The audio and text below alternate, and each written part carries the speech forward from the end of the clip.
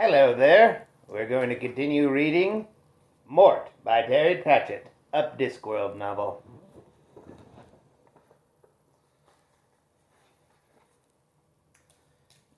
Glasses to read.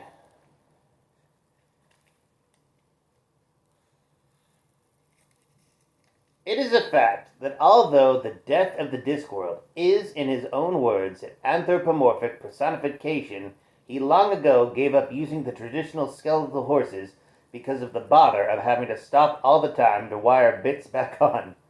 Now his horses were always flesh and blood beasts from the finest stock, and Mort learned, very well fed.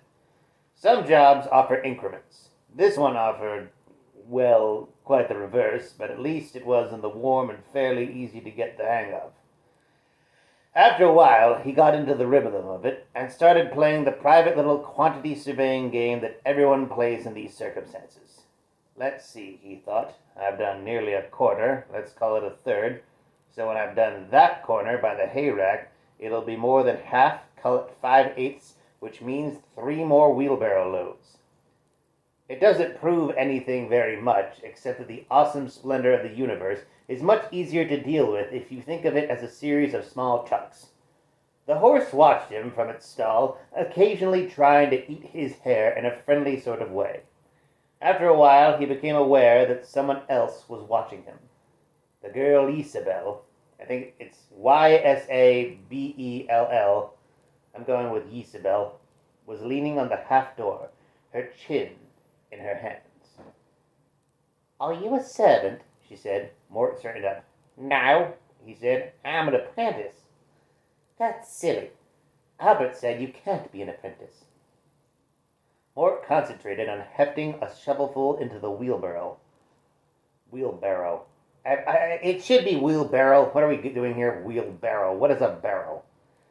2 more shovelfuls. Call it 3 if it's well pressed down.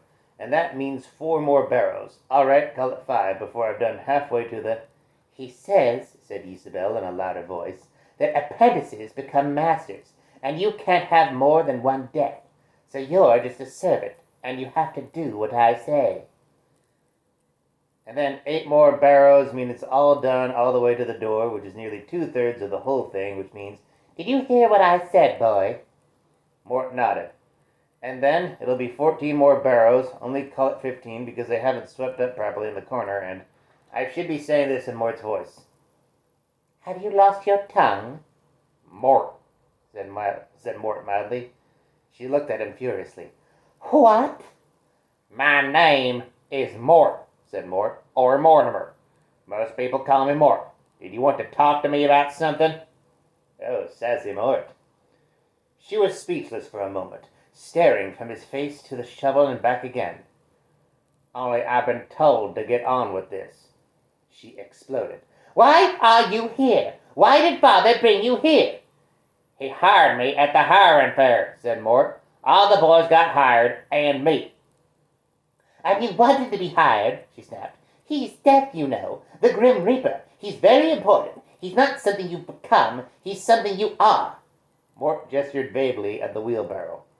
"I expect I'll turn out for the best," he said. "My father always says things generally do." He picked up the shovel and turned away, and grinned at the horse's backside as he heard Isabel snort and walk away. Mort worked steadily through the 16ths, 8ths, quarters, and thirds, wheeling the barrow out through the yard to the heap by the apple tree. Death's garden was big, neat, and well tended. It was also very black. The grass was black. The flowers were black. Black apples gleamed among the black leaves of a black apple tree. Even the air looked inky. After a while, Mort thought he could see... No, he couldn't possibly imagine he could see different colors of black. That's to say, not simply very dark tones of red and green and whatever, but real shades of black. A whole spectrum of colors, all different and all, well, black. He tipped out the last load, put the barrow away, and went back to the house. "Enter." Death was standing behind a lectern, poring over a map. He looked at Mort as if he wasn't entirely there. "You haven't heard of the Bay of Monte, have you?" he said. "No, sir," said Mort. "Famous shipwreck there." "Was there?" "There will be," said Death. If I can find the damn place. Mort walked around the lectern and peered at the map. "You're going to sink the ship?" he said. Death looked horrified. Certainly not. There will be a combination of bad seamanship, shallow water, and a contrary wind. "That's horrible," said Mort. "Will there be many drowned?" That's up to fate, said Death, turning to the bookcase east behind him and pulling out a heavy gazetteer. There's nothing I can do about it. What is that smell? "Me," said Mort simply. Ah, the stables. Death paused, his hand on the spine of the book. And why do you think I directed you to the stables? Think carefully now. Mort hesitated. He had been thinking carefully, in between counting wheelbarrows. He'd wondered if it had been to coordinate his hand and eye, or teach him the habit of obedience, or bring him home to the importance on the human scale of small tasks, or make him realize that even great men must start at the bottom. None of these explanations seemed exactly right. "I think," he began. Yes? "Well, I think it was because you were up to your knees in horse shit, to tell you the truth." Death looked at him for a long time. Mort shifted uneasily from one foot to the other. Absolutely correct, snapped Death. Clarity of thought, realistic approach, very important in a job like ours. "Yes, sir." "Sir?" Death was struggling with the index. "People die all the time, sir, don't they? Millions? You must be very busy, but..." Death gave Mort the look he was coming to be familiar with. It started off as a blank surprise, flickered briefly towards annoyance, called in for a drink at recognition, and settled finally on vague forbearance. What? "I'd have thought you'd have been, well, out and about a bit more. You know, stalking the streets. My granny's almanac's got a picture of you at the South and stuff." I see. I am afraid it is hard to explain unless you know about point incarnation and node focusing. I don't expect you to. "I don't think so." Generally, I'm only expected to make an actual appearance on special occasions. "Like a king, I suppose," said Mort. "I mean, a king is reigning even when he's doing something else, or asleep even. Is that it, sir?" It'll do, said Death, rolling up the maps. Coffee.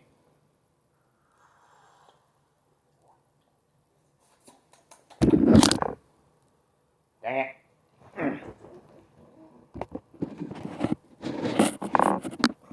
That looks so weird without my glasses.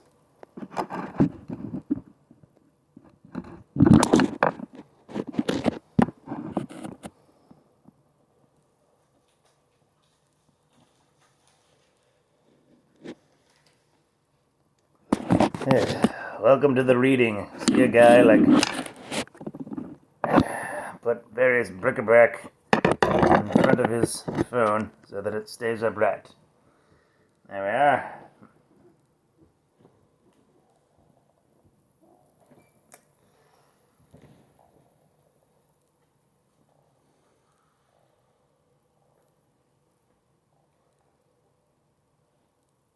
And now, boy, if you've finished the stable, you can go and see if Albert has any jobs he wants doing. Hold on, let me read that again. And now, boy, if you finish the stable, you can go and see if Albert has any jobs he wants doing. If you like, you can come out on the round with me this evening. Mort nodded. Death went back to his big leather book, took up a pen, stared at it for a moment, and then looked up at Mort with his skull on one side. "Have you met my daughter?" he said. Yes, sir," said Mort, his hand on the doorknob. "She is a very pleasant girl," said Death. "but I think she quite likes having someone of her own age around to talk to." "Sir?" "And of course, one day all this will belong to her." Something like a small blue supernova flared for a moment at the depths of his eye sockets. It dawned on Mort that with some embarrassment and a complete lack of expertise, Death was trying to wink. Silly Death.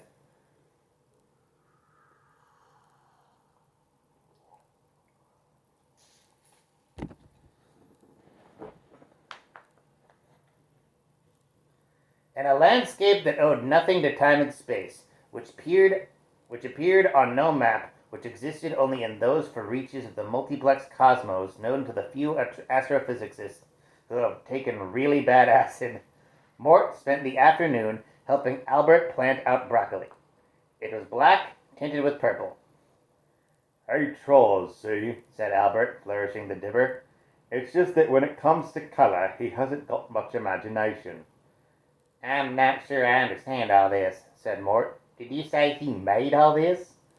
Beyond the garden wall, the ground dropped towards a deep valley, and then rose into dark moorland that marched all the way to distant mountains, jagged as cat's teeth. Yeah, said Albert. Mind what you're doing with the watering can. What was here before? I don't know, said Albert, staring at fresh row. Firmament, I suppose. That's the fancy name for raw nothing. It's not a very good job of work, to tell the truth. I mean, the garden's okay, but the mountains are downright shoddy. They're all fuzzy when you get up close. I went and had a look once. Mort squinted hard at the trees nearest him. They seemed commendably solid. What'd he do it all for? He said. Albert grunted. Do you know what happens to lads who ask too many questions? Mort thought for a moment. No, he said eventually. What? There was silence. Then Albert straightened up and said, Damned if I know. Probably they get answers and serves them right. He said I could go out with him tonight, said Mort. You're a lucky boy then, aren't you? Said Albert vaguely, heading back for the cottage. Did he really make all this? Said Mort, tagging along after him. Yes. Why? I suppose he wanted somewhere where he could feel at home. Are you dead, Albert? Me? Do I look dead? The old man snorted when Mort started to give him a slow, critical look. And you can stop that. I'm as live as you are, probably more. Sorry. Right. Albert pushed open the back door and turned to regard Mort as kindly as he could manage. It's best not to ask all these questions, he said. It upsets people. Now, how about a nice fry-up? Coffee.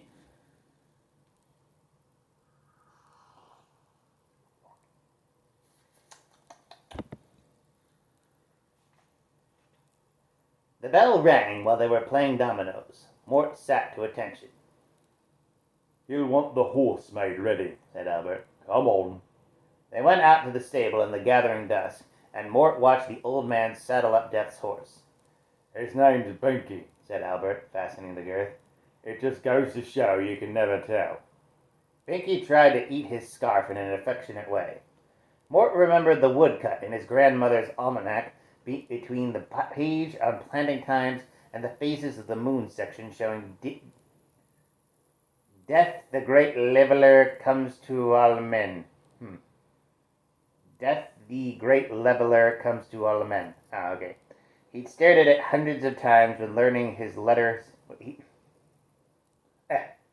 He'd stared at it hundreds of times when learning his letters.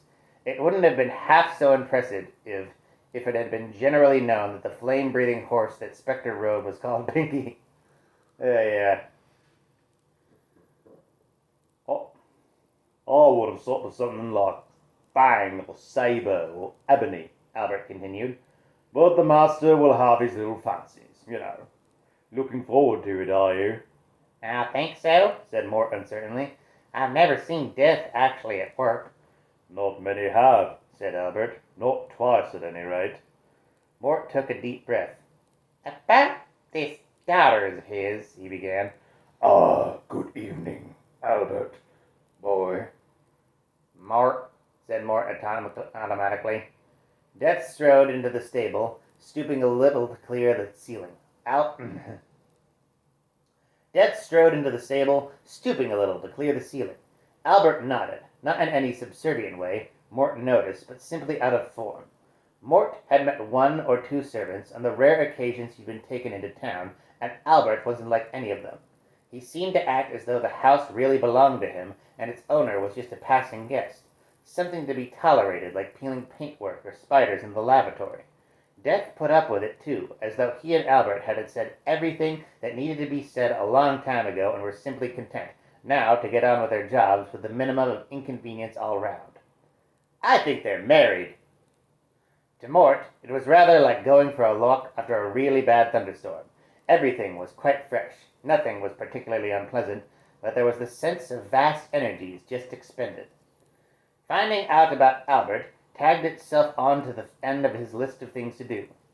Hold this, said Death, and pushed a scythe into his hand while he swung himself up onto Pinky. The scythe looked normal enough except for the blade.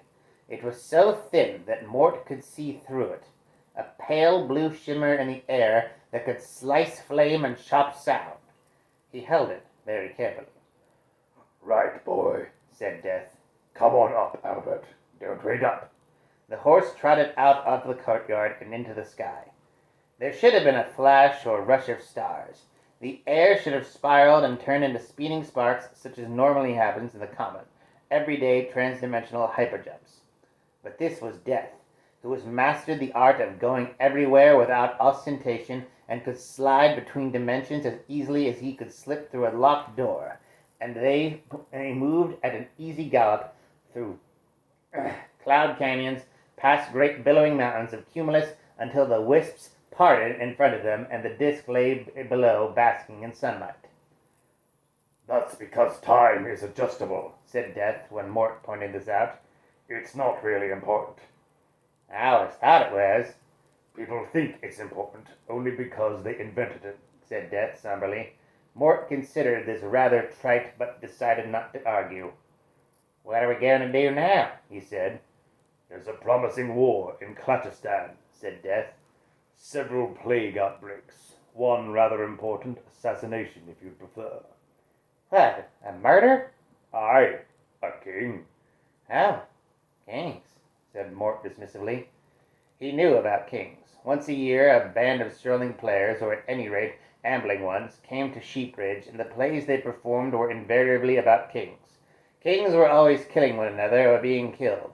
The plots were quite complicated, involving mistaken identity, poisons, battles, long-lost sons, ghosts, witches, and usually lots of daggers. Since it was clear that being a king was no picnic, it was amazing that half the cast were apparently trying to become one. Mort's idea of palace life was a little hazy, but he imagined that no one got much sleep. I'd like to see a real king, he said. They wear crowns all the time, Granny said, even when they go to the laboratory. Death considered this carefully.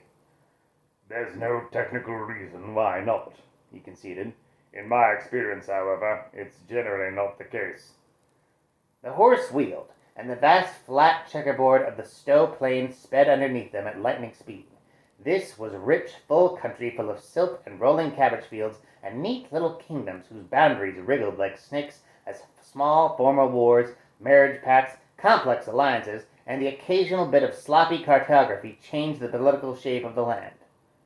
This king, said Mort, as the forest zipped beneath him, is he good or bad? I never concern myself with such things, said Death. He's no worse than any other king, I imagine. Does he have people put to death? Said Mort, and remembering who he was talking to, added, saving Yonner's presence, of course. Sometimes. There are some things you have to do when you're a king. A city slid below them, clustered around a castle built on a rock outcrop that poked up out the plain like a geological pimple.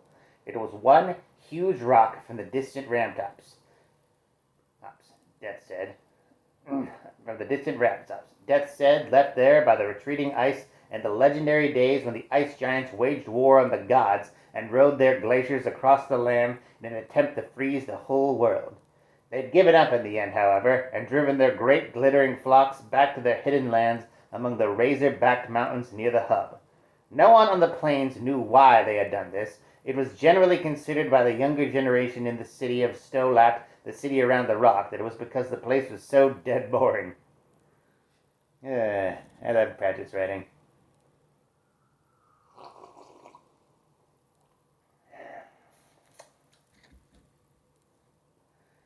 Pinky trotted down over nothingness and touched down on the flagstones of the castle's topmost tower.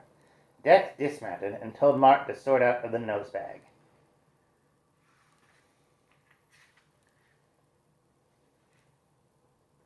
Won't people notice there's a horse up here? He said as they strolled to a stairwell. Death shook his head. Would you believe there could be a horse at the top of this tower? He said. No, you can get one up the stairs. Well then, Oh, I see. People don't want to see what can't possibly exist. well done. Now they were walking along a wide corridor hung with tapestries. Death reached into his robe and pulled out an hourglass, peering closely at it in the dim light. It was a particularly fine one, its glass cut into intricate facets and imprisoned in an ornate framework of wood and brass. The words, King Oliver the Bastard, were engraved deeply into it. The sand inside sparked oddly. There wasn't a lot left. Death hummed to himself and stowed the glass away in whatever mysterious recess it had occupied. They turned a corner and hit a wall of sound. There was a hall full of people there, under a cloud of smoke and chatter that rose all the way up into the banner-haunted shadows in the roof. Up in a gallery, a trio of minstrels were doing their best to be heard and not succeeding. The appearance of Death didn't cause much of a stir. A footman by the door turned to him, opened his mouth, and then frowned in a distracted way, and thought of something else. A few courtiers glanced in their direction, their eyes instantly unfocused as common sense overruled the other five. We've got a few minutes, said Death, Taking a drink from a passing dray. Let's mingle. I can't see me either, said Mort, but I'm real. Reality is not always what it seems, said Death. Anyway, if they don't want to see me, they certainly don't want to see you. These are aristocrats, boy. They're good at not seeing things. Why is there a cherry on a stick in this drink? Mort, said Mort automatically. It's not as if it does anything for the flavor. Why does anyone take a perfectly good drink and then put in a cherry on a pole? What's gonna happen next? Just Death ranting about cherries.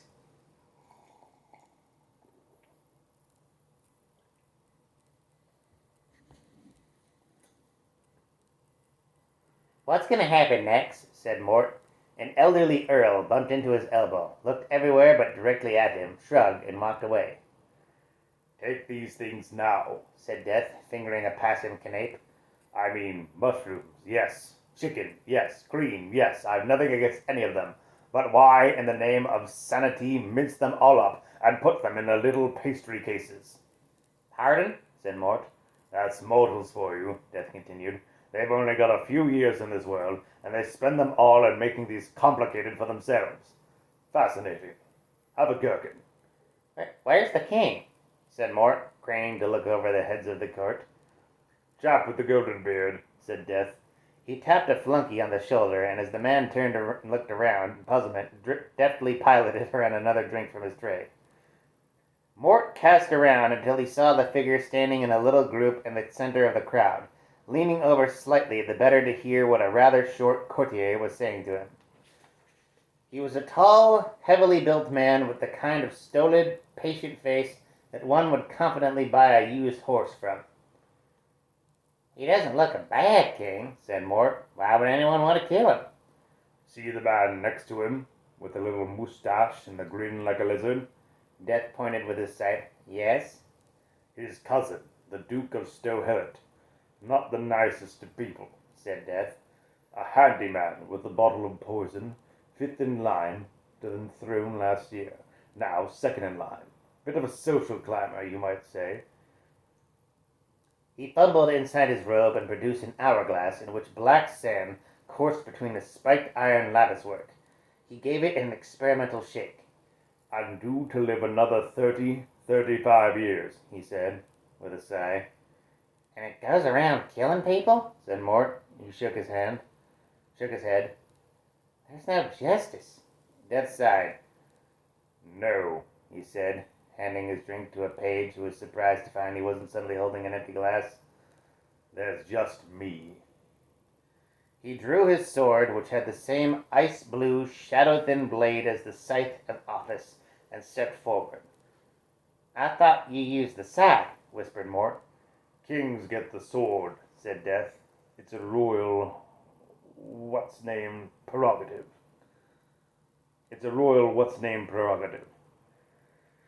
His free hand thrust its bony digits beneath his robe again and brought out King Oliver's glass.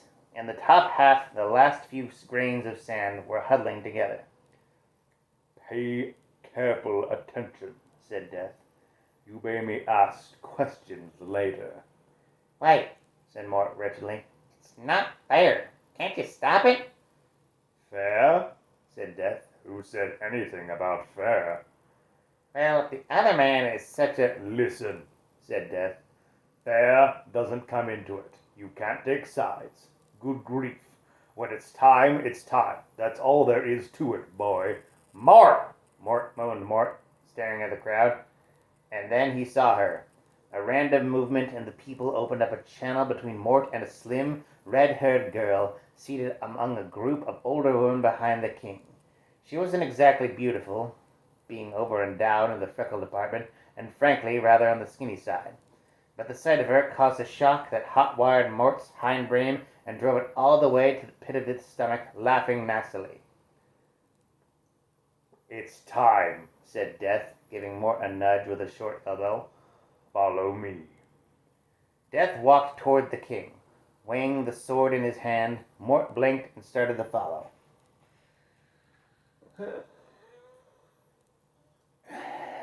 Sneeze. I'm gonna sneeze.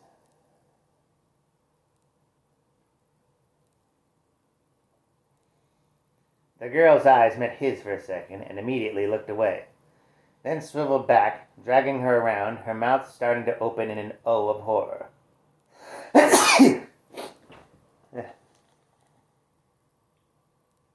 Mort's backbone melted. He started to run towards the king. "Look out!" he screamed. "You're in great danger!" And the world turned into treacle. It began to fill up with blue and purple shadows, like a heat-stroked dream, and sound faded away until the roar of the court became distant and scritchy, like the music in someone else's headphones. Mort saw Death standing companionably by the king, his eyes turned up towards the minstrel gallery. Mort saw the bowman, saw the bow, saw the bolt now winging through the air at the speed of a sick snail. Slow as it was, he couldn't outrun it. It seemed like hours before he could bring his leaden legs under control, but finally he managed to get both feet to touch the floor at the same time and kicked away with all the apparent acceleration of continental drift. As he twisted slowly through the air, Death said, without rancor, "It won't work, you know. It's only natural that you should want to try, but it won't work." Dreamlike, Mort drifted through a silent world. The bolt struck. Death brought his sword around in a double-handed swing that passed gently through the king's neck without leaving a mark. To Mort, spiraling gently through the twilight world, it looked as though a ghostly shape had dropped away. It couldn't be the king, because he was manifestly still standing there, looking directly at Death with an expression of extreme surprise. There was a shadowy something around his feet, and a long way around people were reacting with shouts and screams. "A good, clean job," said Death. "Royalty are always a problem. They tend to want to hang out. Your average peasant now, he can't wait." "Who the hell are you?" said the king. "What are you doing here, eh? Dogs, all demand..." The insistent message from his eyes finally battered through to his brain. Mort was impressed. King Olerve had held onto his throne for many years, and even when dead, knew how to behave. "Oh," he said, "I'll see. I didn't expect to see you so soon." "Your Majesty," said Death, bowing, "you do." The king looked around. It was quiet and dim in this shadow world, but outside there seemed to be a lot of excitement. "That's me down there, isn't it?" "I'm afraid so, sire." "Clean job. Crossbow, was it? I don't know, I went with his voice for the king." "Yes. And now, sire, if you would." "Who did it?" said the king. Death hesitated. "A hired assassin from Ankh-Morpork," he said. Clever. I congratulate Stow Hillet. How's me feeling myself with antidotes? No antidote to cold steel, eh? Indeed, not sire." The old rope ladder and fast horse by the drawbridge trick, eh? So it would appear, sire, said Death, taking the king's shade gently by the arm. If it's any consolation, though, the horse needs to be fast. Eh? Death allowed his fixed grin to widen a little. I have an appointment with its rider tomorrow in Ankh, said Death. You see, he allowed the Duke to provide him with a packed lunch. The king, whose eminent suitability for his job meant that he was not automatically quick on the update, considered this for a moment and then gave a short laugh. He noticed Mort for the first time. "Who's this?" he said. "He dead too?" My apprentice, said Death, who will be getting a good talking to before he's much older, the scallywag. "Mort," said Mort automatically. The sound of their talking washed around him, but he couldn't take his eyes off the scene around them. He felt real. Death looked solid. The king looked surprisingly fit and well for someone who was dead. But the rest of the world was a mass of sliding shadows. Figures were bent over the slumped body, moving through Mort as if they were no more substantial than a mist. The girl was kneeling down, weeping. That's my daughter," said the king. "I ought to feel sad. Why don't I?" Emotions get left behind. It's all a matter of glands. That would be it, I suppose. She can't see us, can she? No. I suppose there's no chance that I could. None, said Death. Well, if she's going to be queen, I can only let her. Sorry. The girl looked up and threw Mort. He watched the Duke walk up behind her and lay a comforting hand on her shoulder. A faint smile hovered around the man's lips. It was the sort of smile that lies on sandbanks waiting for incautious swimmers. I can't make you hear me, Mort, said. Don't trust him.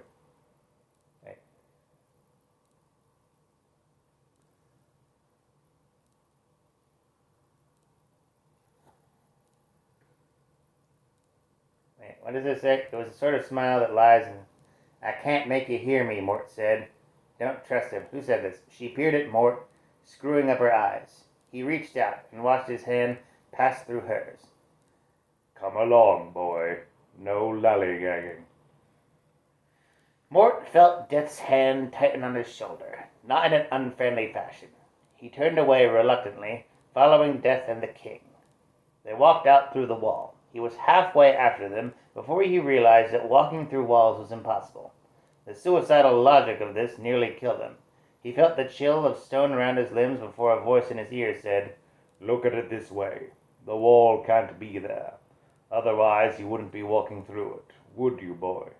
Mort, said Mort. What? My name is Mort. Or Mortimer, said Mort, angrily, pushing forward. The chill fell behind him. There. That wasn't so hard, was it?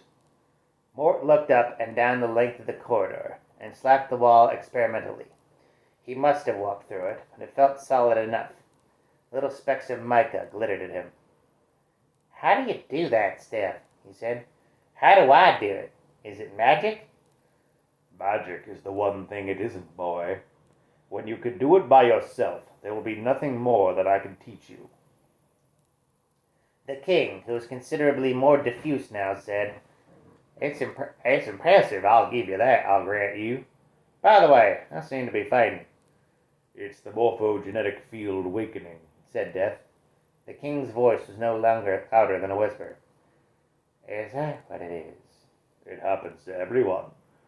Try to enjoy it. How?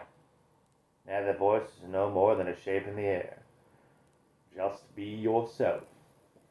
At that moment the king collapsed, growing smaller and smaller in the air as the field finally collapsed into a tiny, brilliant pinpoint. It happened so quickly that Mort almost missed it, from ghost to mote in half a second, with a faint sigh. Death gently caught the glittering thing and stowed it away, somewhere under his robe. What's happened to him? Said Mort. Only he knows, said Death. Come. My granny says that dying is like going to sleep, Mort added, a shade hopefully. I wouldn't know. I've done neither. Mort took a last look along the corridor. The big doors had been flung back, and the court was spilling out. Two older women were endeavoring to comfort the princess, but she was striding ahead of them so that they bounced along behind her like a couple of fussy balloons. They disappeared up another corridor. Already a queen, said Death approvingly. Death liked style. They were on the roof before he spoke again. You tried to warn him, he said, removing Binky's nosebag. Yes, sir. Sorry. You cannot interfere with fate. Who are you to judge who should live and who should die? Death watched Mort's expression carefully. Only the gods are allowed to do that, he added. To tinker with the fate of even one individual could destroy the whole world. Do you understand? Mort nodded miserably. Are you going to send me home? He said. Death reached down and swung him up behind the saddle. Because you showed compassion? No. I might have done if you had shown pleasure. But you must learn the compassion proper to trade. Your trade. What's that? A sharp edge. 36 minutes in. Okay.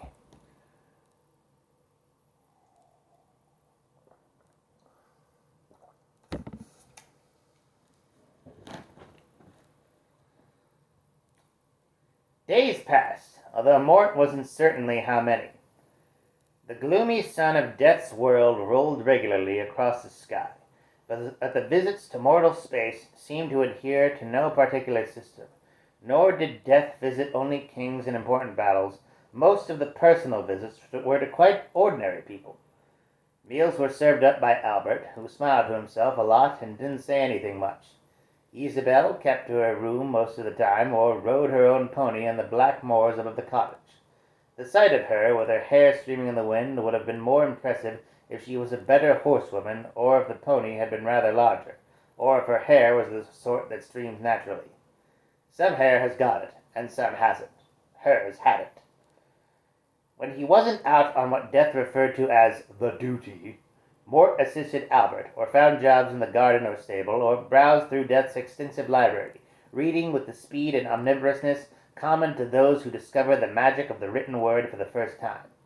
Most of the books in the library were biographies, of course. They were unusual in one respect. They were writing themselves.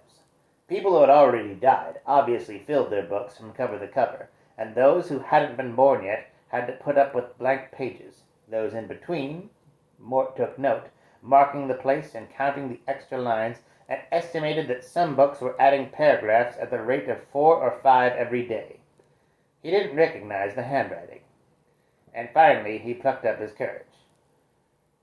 What? Said Death in astonishment, sitting behind his ornate desk and turning his scythe-shaped paper knife over and over and over in his hands. An afternoon off. An afternoon off, repeated Mort. The room suddenly seemed to be oppressively big, with himself very exposed in the middle of a carpet about the size of a field. But why? Said Death. It can't be to attend your grandmother's funeral, he added. I would know. I just want to, get out and meet people, said Mort, trying to outstare that unflinching blue gaze. But you meet people every day, protested Death. Yes, I know, only, well, not for very long, said Mort. I mean, it'd be nice to meet something with a life expectancy of more than a few minutes, sir, he added.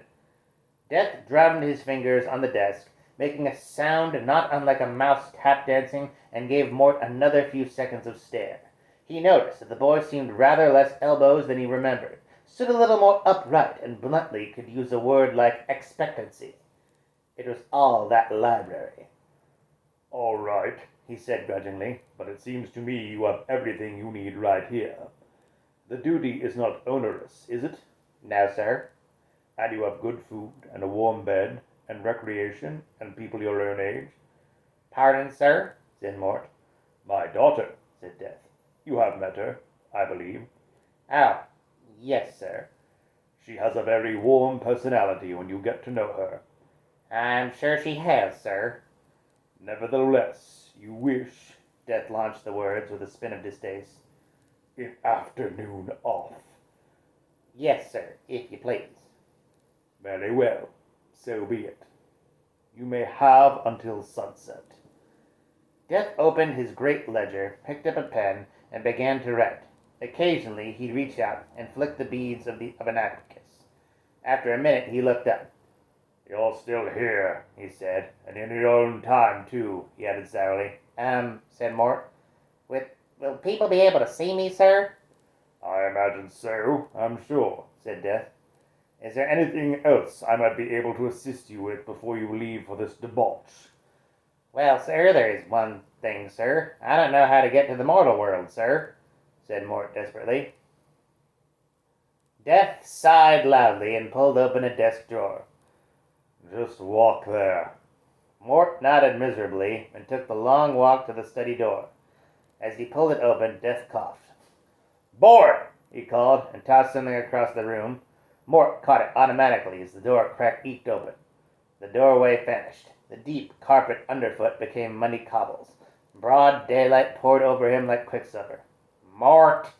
said Mort to the universe at large. "What?" "What?" said a stallholder beside him. Mort stared around. He was in a crowded marketplace packed with people and animals. Every kind of thing was being sold, from needles to, via a few itinerant prophets, visions of salvation. It was impossible to hold any conversation quieter than a shout. Mort tapped the stallholder in the small of the back. "Can you see me?" he demanded. The stallholder squinted critically at him. "I reckon so," he said, "or someone very much like you." "Thank you," said Mort, immensely relieved. "Don't mention it. I see lots of people every day, no charge. Want to buy any bootlaces?" "I don't think so," said Mort. "What place is this?" "You don't know?" A couple of people at the next stall were looking at Mort thoughtfully. His mind went into overdrive. "My master travels a lot," he said truthfully. "We arrived last night, and I was asleep on the cart. Now I've got the afternoon off." "Ah," said the stallholder. He leaned forward conspiratorially. "Looking for a good time, are you? I can fix you up." "I quite enjoyed knowing where I am," Mort conceded. The man was taken aback. "This is Ankh-Morpork," he said. "Anyone ought to be able to see that. Smell it, too." Mort sniffed. There was a certain something about the air in the city. You got the feeling that it was air that had seen life. You couldn't help noting, with every breath, that thousands of other people were very close to you, and nearly all of them had armpits. The stallholder regarded Mort critically, noting the pale face, well-cut clothes, and strange presence, a sort of coiled spring effect. "Look, I'll be frank," he said. "I could point you in the direction of a great brothel." Let me reread that. "Look, I'll be frank," he said. "I could point you in the direction of a great brothel." Oh. Here we go. "Oh, I've already had lunch," said Mort vaguely. "But you can tell me if there's anywhere near, I think. It's called Stolat."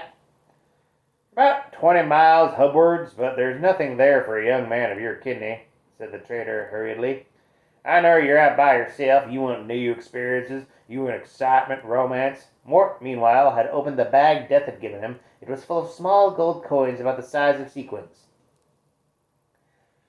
An image formed again in his mind of a pale young face under a head of red hair who had somehow known he was there. The unfocused feelings that had haunted his mind for the last few days suddenly sharpened to a point. "I want," he said very firmly, "a very fast horse." 24 minutes. I feel that's a good stopping point for this video, at least.